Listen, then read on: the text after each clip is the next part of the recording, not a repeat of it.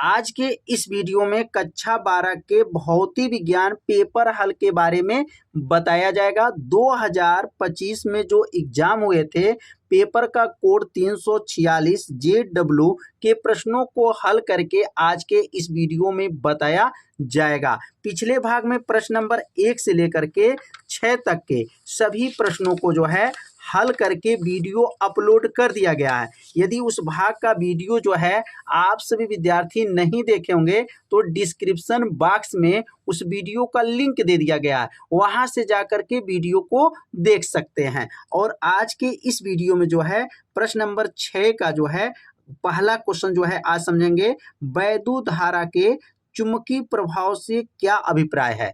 और इसमें पूछा गया दो धारावाही समांतर चालक तारों के बीच लगने वाले बल का व्यंजक प्राप्त कीजिए। इसके आधार पर वैद्युत धारा के मात्रक एम्पियर की परिभाषित कीजिए। तो इसमें 3 प्रश्न पूछा गया है। वैद्युत धारा का चुंबकीय प्रभाव क्या है और दो धारावाही समांतर चालक के तारों के बीच लगने वाला बल का सूत्र का निगमन भी करना है और इसके आधार पर एम्पियर का परिभाषा भी देना है। तो एक एक प्रश्न को जो है बहुत अच्छे विधि से बताया जाएगा, इसलिए आप सभी विद्यार्थी वीडियो को पूरा जरूर देखिए। वैद्युत धारा के चुंबकीय प्रभाव के बारे में अब समझेंगे कि वैद्युत धारा का चुंबकीय प्रभाव क्या होता है। तो यहाँ पर सबसे पहले हेडिंग नोट करेंगे, वैद्युत धारा का चुंबकीय प्रभाव। क्या हेडिंग रहेगा? वैद्युत धारा का चुंबकीय प्रभाव क्या है। अब इसका परिभाषा बहुत आसान है। वैद्युत धारा के चुंबकीय प्रभाव का उत्तर क्या है, बस थोड़ा सा आप लोग ध्यान देंगे तो परिभाषा आपको क्या होगा, याद हो जाएगा। वैद्युत धारा का चुंबकीय प्रभाव, पहले हेडिंग को नोट कर लेंगे। अब इसका परिभाषा क्या है, जब तार में, याद रखेंगे, जब तार में वैद्युत धारा प्रवाहित किया जाता है, जब तार में क्या करते हैं, वैद्युत धारा प्रवाहित किया जाता है तो उसके चारों ओर चुंबकीय क्षेत्र उत्पन्न हो जाता है। इस घटना को ही वैद्युत धारा का चुंबकीय प्रभाव कहा जाता है। बहुत आसान परिभाषा है। तो परिभाषा को यहाँ पर कैसे लिखेंगे, तो पहले हेडिंग को नोट कर लीजिए, वैद्युत धारा का चुंबकीय प्रभाव, और परिभाषा को अब यहाँ पर नोट करेंगे। क्या लिखेंगे यहाँ पर परिभाषा, तो अब यहाँ लिखेंगे, जब किसी चालक में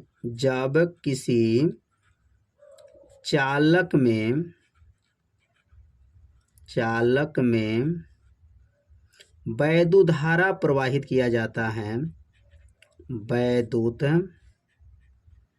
धारा प्रवाहित होती हैं, वैद्युत धारा प्रवाहित होती हैं, वैद्युत धारा प्रवाहित होती हैं, तो उसके चारों ओर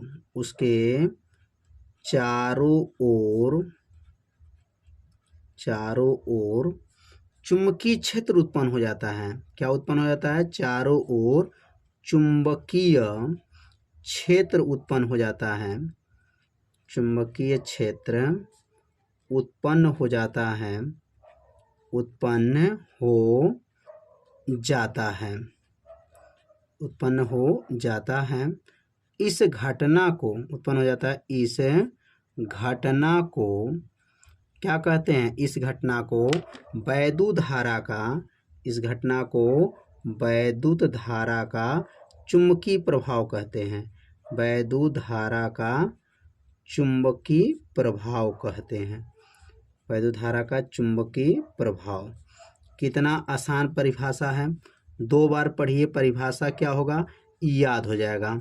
कैसे परिभाषा लिखना है, जब के कोई भी चालक है, किसी भी चालक में वैद्युत धारा जब प्रवाहित किया जाता है तो उसके चारों ओर चुंबकीय क्षेत्र उत्पन्न हो जाता है, और उत्पन्न जब हो जाएगा तो इसी घटना को वैद्युत धारा का चुंबकीय प्रभाव कहते हैं। तो परिभाषा तो यहाँ तक समाप्त हो गया। अब एक डेरिवेशन करना है, मतलब एक सूत्र का निगमन करना है। और सूत्र का निगमन क्या है, दो धारावाही समांतर चालक तारों के बीच लगने वाला बल का व्यंजक प्राप्त करना है। तो अब यहाँ पे नीचे हेडिंग नोट कर लेंगे। अब तो अब यहाँ पे जो जो हेडिंग होगा, क्या हेडिंग है? दो धारावाही समांतर चालक तारों के बीच लगने वाला बल। अब यहाँ दो धारावाही है, देखिए सीधी धारावाही जो तार है और समांतर तार है। क्या है? समांतर तार है। और इस तार का नाम भी रख सकते हैं, इस तार का नाम P है और यहाँ पर Q, PQ है, और इस तार का नाम क्या है? R है, और यहाँ पर क्या है? ES है। इसमें जो धारा प्रवाहित हो रहा है, यहाँ पे लिखेंगे I1 एम्पियर की धारा प्रवाहित हो रहा है। पहला तार में I1 एम्पियर और दूसरा जो तार है इसमें I एम्पियर की धारा प्रवाह हो रहा है, और इसके बीच में जो है, इसके बीच में F बल लगा है। इसके अंदर तार के बीच में जो है वैद्युत बल जो लगा है, इसको कहेंगे F बल लगा है। और यह कितनी दूरी पर है? तो कहेंगे यहाँ पर यह लिखेंगे दोनों तार R दूरी पर है। कितनी दूरी पर है? R दूरी पर दोनों तार, समांतर तार R दूरी पर यह रखा गया है। तो यह आकृति आप लोग को पहले समझना है कि दो समांतर तार रहेगा, पहले तार में I1 एम्पियर, दूसरे तार में I2 एम्पियर की धारा प्रवाह रहा है। दोनों तारों के बीच जो बल लगा है F है, और दोनों तारों के बीच की दूरी क्या है? R है। तो यहाँ पर सबसे पहला काम जो है आपको माना लिखना पड़ेगा कि माना क्या क्या देख रहे हैं। तो यहाँ पर माना हम देख रहे हैं दो तार समांतर तार है, तो लिखेंगे यहाँ पर माना, क्या लिखेंगे यहाँ पर? माना दो समांतर तार है। क्या लिखेंगे? माना दो तार, दो तार का नाम क्या है? तो कहेंगे दो तार PQ है, PQ तथा और कौन तार है? RS है। दो तार PQ तथा RS, RS एक दूसरे से, क्या लिखेंगे? एक दूसरे से कितनी दूरी पर है? तो कहेंगे एक दूसरे से R दूरी पर है। कितनी दूरी पर है? R दूरी पर स्थित है। कितनी दूरी पर? R दूरी पर है। R दूरी पर है। कितने दूरी पर दोनों तार है? R दूरी पर तार है। लिखेंगे तब पहले तार पर, अब क्या लिखेंगे? पहले तार पर कितना धारा है? कहेंगे पहले तार में कितना कितने धारा प्रवाहित हो रहा है? I1 ampere. कहेंगे पहले तार में I1 एम्पियर। क्या लिखेंगे? I1 ampere. और दूसरे तार में क्या है? I2 ampere. तो लिखेंगे यहाँ पर पहले तार में I1 एम्पियर तथा दूसरे तार में, यहाँ लिखेंगे अब दूसरे तार में I2 एम्पियर प्रवाह हो रहा है। कितना? दूसरे तार में I2 एम्पियर जो है धारा प्रवाह हो रहा है। I1 है और एक कौन सी है? I2 है। तो पहले तार में I1 एम्पियर और दूसरे तार में I2 एम्पियर जो है धारा प्रवाह हो रहा है। यह धारा लिख सकते हैं यहाँ पर, धारा बह रहा है। धारा क्या हो रहा है? बह रहा है। तो एक बार और समझ लेते हैं, यहाँ कितने तार हैं? दो तार हैं। तार का नाम क्या है? PQ है और RS है, एक दूसरे से R दूरी पर है। पहले तार में I1 एम्पियर है और दूसरे तार में I2 एम्पियर धारा बह रहा है। और उनके बीच क्या लिखेंगे? और उनके बीच लिखेंगे तथा उनके बीच कितना बल लगा है? तो कहेंगे उनके बीच F बल लगा। उनके बीच कितना बल है? कहेंगे उनके बीच लगने वाला बल। अब लगने वाला बल क्या है? तो कहेंगे बल F है। लगने वाला बल क्या है? F है। तो अब इतना जो है माना जो है, इसमें आकृति को देख करके यह माना लिखा गया। अब माना लिखने के बाद से लिखेंगे अब पहले जो तार है, जो पहले तार में कितने एम्पीयर की धारा बह रहा है? तो लिखेंगे यहाँ पर पहले जो तार में, तो लिखेंगे यहाँ पर पहले, क्या लिखेंगे यहाँ पर? पहले चालक पर उत्पन्न। क्या लिखेंगे? पहले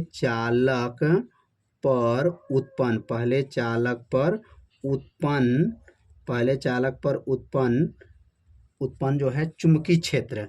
उत्पन्न क्या लिखेंगे यहाँ पर? चुंबकीय क्षेत्र। पहले चालक पर उत्पन्न चुंबकीय क्षेत्र। अब यहाँ चुंबकीय क्षेत्र का सूत्र क्या होता है? तो चुंबकीय क्षेत्र का सूत्र हो जाएगा B बराबर होता है, सूत्र आप लोग पढ़े होंगे, μ0 अपान 2 पाई और क्या होता है?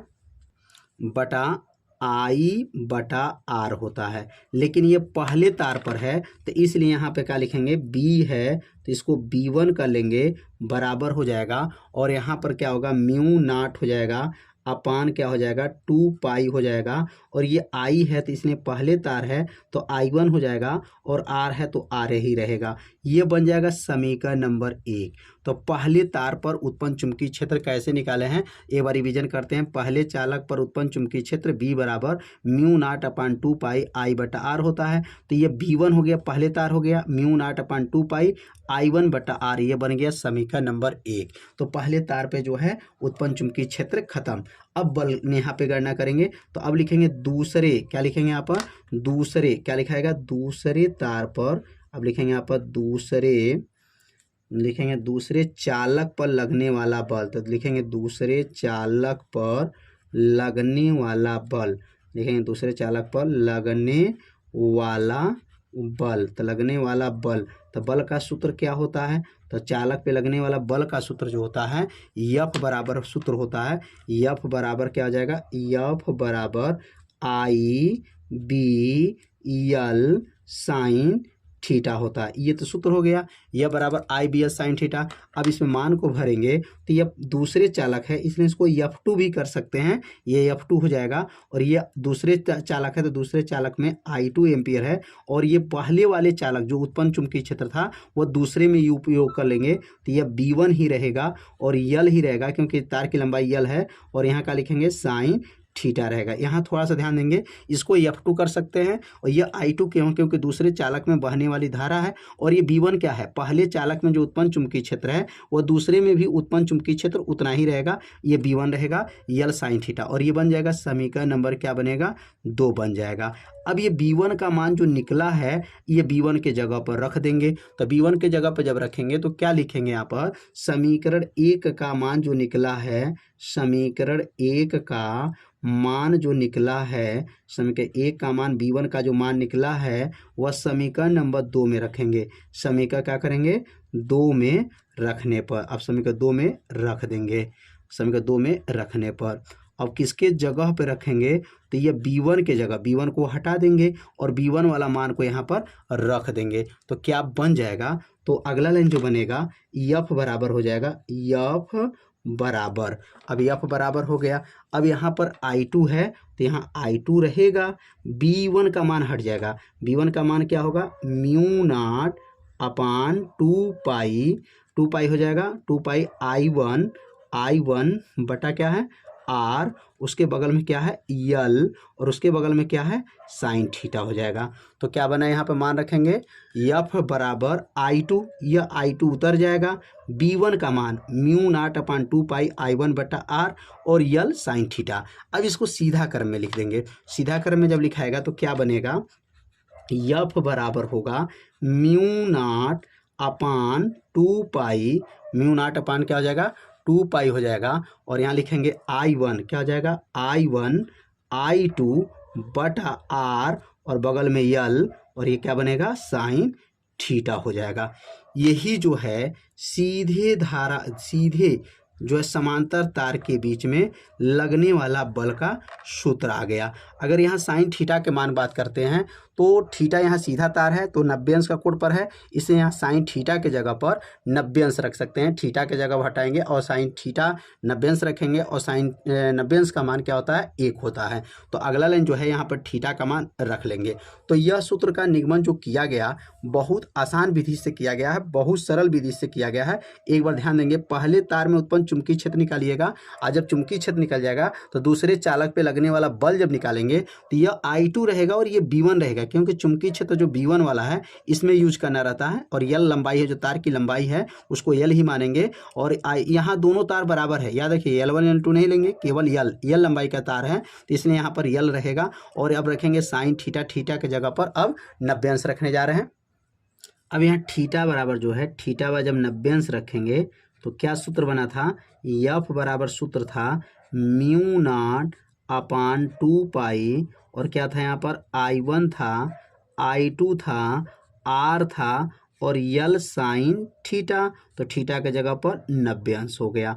अब मान जब भर दिया गया तो यहाँ पर अगला लाइन क्या बनेगा, यफ बराबर हो जाएगा म्यू नाट अपान 2 पाई और यहाँ हो जाएगा I1 I2 बटा आर यल और साइन अभ्यंश का मान 1 हो जाएगा। अब 1 में जब गुणा कर लेंगे तो एफ का सूत्र क्या हो गया, एफ बराबर म्यू नॉट अपान 2 पाई और यहाँ का आ जाएगा I1 I2 और यल एक में 1 का गुणा करेंगे तो यल ही रहेगा, बटा में क्या होगा आर हो जाएगा। तो यह मान जो है क्या क्या आ गया, समझ में आ गया होगा। यहाँ थीटा व नब्बेंश क्यों रखे हैं, क्योंकि दो समांतर तार है और समांतर तार जो होते हैं एक दूसरे के क्या होंगे, लंबवत हो जाएंगे। तो इसमें थीटा व का लिखेंगे, नब्बेंश रखेंगे और सीधा होने की वजह से, समांतर होने की वजह से नब्बेंश का कोड बना है और साइन नब्बेंश का मान 1 हुआ और 1 में जब गुणा करे हैं तो मान आ गया यह बराबर म्यू नॉट अपन 2 पाई I1 I2 यल बटा आर। अब इतना का मान आपको याद होगा, क्या मान होता है, एफ बराबर होता है 2 गुणे 10 के पावर -7 होता है और ये क्या बनेगा I1 I2 यल बटा आर हो जाएगा। यह जो मान जो आया, किसका मान आ गया, दो समांतर जो है धारावाही चालक पर लगने वाला यह बल का सूत्र का निगमन हो गया। तो उम्मीद करते हैं सूत्र आप लोगों को अच्छे से समझ में आ गया होगा। अब यहाँ पर ये जो है एम्पियर की परिभाषा बताना है, तो अब लिखेंगे यहाँ पर एम्पियर की परिभाषा। अब इस सूत्र से एम्पियर की अगर परिभाषा लिखेंगे तो यहाँ लिख देंगे यहाँ पर एम्पियर की परिभाषा और एम्पियर की परिभाषा बनाना सीखेंगे तो एम्पियर की परिभाषा लिखेंगे और कैसे परिभाषा बनाया जाएगा बहुत आसान है, बस थोड़ा सा आपको ध्यान देना है। लिखेंगे यहाँ पर एम्पियर की परिभाषा और यहाँ पर एम्पियर की परिभाषा जब बनाएंगे तो कैसे एम्पियर की परिभाषा बनेगा तो ध्यान देंगे। अब इसमें I1 है, I2 है, यल है, आर है। अब इसको यहाँ पर लिखेंगे यदि, क्या लिखेंगे यहाँ पर, यदि यहाँ क्या क्या मान रहे हैं, अगर हम I1 को और I2 को, दोनों को I1 I2 को 1 एम्पियर मान लें, मतलब धारा 1 एम्पियर हो गया दोनों के जगह पर, तो 1 एम्पियर हो जाएगा। और लंबाई जो है 1 मीटर मान लीजिए, लंबाई 1 मीटर मान लीजिए और दूरी भी 1 मीटर मान लीजिए, आर बराबर 1 मीटर। तो क्या रिजल्ट आएगा, एफ का क्या सूत्र बनेगा, क्या मान आएगा, अब मान भर कर देखेंगे तो यहाँ लिखेंगे यहाँ पर, तो ये मान भरने के बाद क्या आता है, तो एफ का सूत्र क्या है, ऊपर देखिए एफ का सूत्र बना है, एफ बराबर क्या है 2 गुणे 10 के पावर -7, ये बना था I1 था, I2 था और क्या था, यल था और बटा में क्या था, आर था। अब इसमें मान को भरना पड़ेगा, तो जब मान को इसमें भरेंगे तो क्या बनेगा, एफ बराबर हो जाएगा 2 गुणे 10 के पावर -7 हो गया गुणे, अब I1 को मान कितना माने हैं, 1 माने हैं, I2 के ना माने हैं 1 माने हैं, यल का मान 1 माने हैं और बटा में आर का मान भी 1 है। जब इसको हल कर लेंगे तो 1 का नाम 1 पूरा मान क्या आ जाएगा, गुणा करने पर क्या आएगा, एफ बराबर आएगा 2 गुणे 10 के पावर -7 आ गया। और मात्रक क्या होता है, बल का मात्रक क्या होता है, न्यूटन होता है। तो यह मान जो आया, एफ का मान 2 गुणे 10 के पावर -7 न्यूटन आया। लेकिन यह मान कब आएगा, यह मान कब आएगा, 2 गुणे 10 के पावर -7 न्यूटन कब आएगा, जब यहाँ पर I1 I2 1 एम्पियर, लंबाई 1 मीटर, आर बराबर 1 मीटर हो, तो बल 2 गुणे 10 के पावर -7 जब न्यूटन होगा, जब ये न्यूटन होगा तो धारा कितनी होनी चाहिए, 1 एम्पियर होनी चाहिए। तो अब यहाँ पर इसकी परिभाषा लिखेंगे यहाँ पर, अर्थात, और यहाँ परिभाषा क्या बनेगा, तो अब यहाँ परिभाषा लिख लेंगे कि परिभाषा बनेगा 1 मीटर लंबे, को मीटर कहेंगे यहाँ पर, 1 मीटर लंबे तार होना चाहिए। लिखेंगे यहाँ पर 1 मीटर, कितने मीटर, 1 मीटर लंबे। अब 1 मीटर लंबाई का तार होना चाहिए और 2 तार होना चाहिए, तो इसलिए लिखेंगे 1 मीटर लंबे 2 समांतर तार, 2 समांतर तार। लिखेंगे यहाँ पर 2 समांतर तार जो परस्पर कितनी मीटर दूरी पर आना चाहिए, 1 मीटर के दूरी पर, परस्पर 1 मीटर दूरी पर रखे, 1 मीटर दूरी पर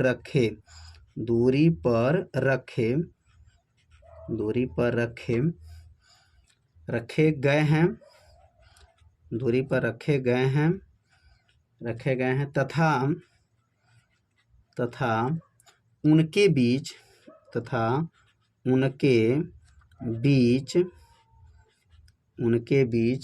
लगने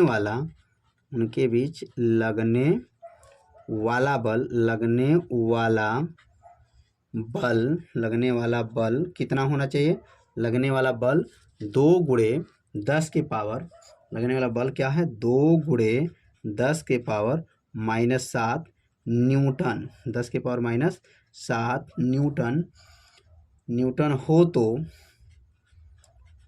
तो उस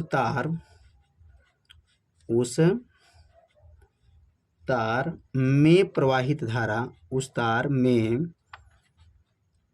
प्रवाहित धारा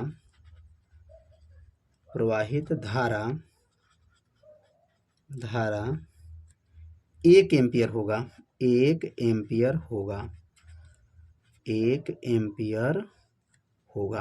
1 एम्पियर की परिभाषा बन गया। अब इस सूत्र से अगर 1 एम्पियर की परिभाषा आपको लिखना है तो इसी में परिभाषा छिपा है। 1 मीटर लंबे तार होनी चाहिए, 2 समांतर तार होना चाहिए और 1 मीटर की दूरी पर होना चाहिए। इसमें बल कितना होना चाहिए 2 गुणे 10 के पावर -7 न्यूटन का बल रहेगा तो उसमें धारा 1 एम्पियर हो जाएगा। तो 1 एम्पियर होने के लिए ये क्या शर्त होना चाहिए, तो शर्त क्या है 1 मीटर लंबे 2 समांतर तार जो परस्पर 1 मीटर की दूरी पर रखे गए हैं तथा उनके बीच लगने वाला बल क्या होना चाहिए 2 गुणे 10 के पावर -7 न्यूटन हो तो उस तार में प्रवाहित धारा 1 एम्पियर होगा। तो उम्मीद करते हैं यह प्रश्न जो है आप लोगों को अच्छे से समझ में आ गया होगा। तो आज के इस वीडियो में एक ही प्रश्न को बताया गया लेकिन बहुत अच्छे विधि से बताया गया है, आपको अच्छे से समझ में आ गया होगा। तो वीडियो को लाइक कर दीजिए और चैनल पे यदि आप पहली बार आए होंगे तो चैनल को सब्सक्राइब जरूर कर लीजिए। अब अगले भाग में प्रश्न नंबर 7 को हल किया जाएगा और हल करके वीडियो जो है डिस्क्रिप्शन बॉक्स में उसका लिंक दे दिया जाएगा, वहां से जाकर के वीडियो को देख सकते हैं। तो मिलते हैं अब अगले भाग में, तब तक के लिए जय हिंद, जय भारत।